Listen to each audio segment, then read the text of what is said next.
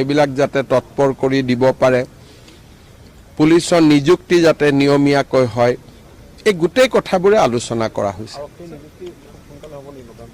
ছেপ্টেম্বৰত আগতে আৰক্ষীৰ তো হেল্ল' নমস্কাৰ, কমলেশ্বৰদং কলম্বাই লগতে কাৰ্ডং।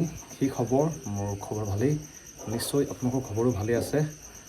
এইকেইদিন এটা প্ৰশ্ন কৰিছে বহুতে কমেণ্টত, এইটো হৈছে যেন কি ৰানিং কৰা এৰি দিলা নেকি?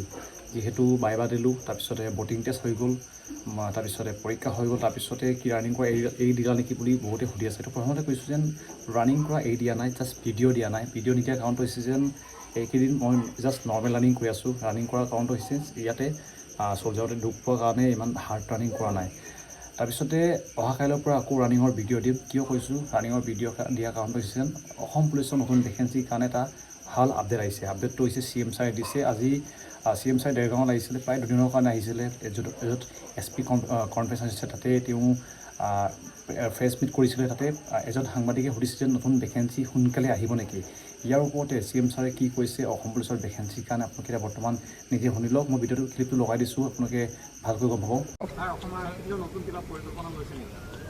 এই পৰিকল্পনাবিলাকে মই আপোনালোকক যিখিনি কথা পাতিলোঁ যে কেছৰ কনভিকশ্যন যাতে বাঢ়ে, আমি যাতে ভাল কৰি ইনভেষ্টিগেট কৰিব পাৰোঁ, পুলিচৰ যিমানবিলাক জনমুখী কাম, চাৰ্টিফিকেট, ভেৰিফিকেশ্যন, এইবিলাক যাতে তৎপৰ কৰি দিব পাৰে, পুলিচৰ নিযুক্তি যাতে নিয়মীয়াকৈ হয়, এই গোটেই কথাবোৰে আলোচনা কৰা হৈছে।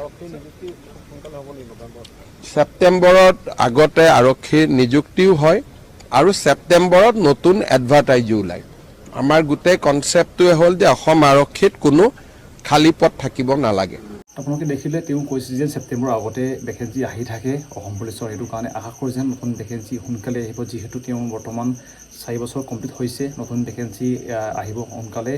4 বছৰ কমপ্লিট হোৱাৰ পিছতে লগে লগে তেওঁৰ 5 বছৰ হ'বগৈ, তাৰপিছত তেওঁৰ কাৰ্যকাল শেষ হ'ব।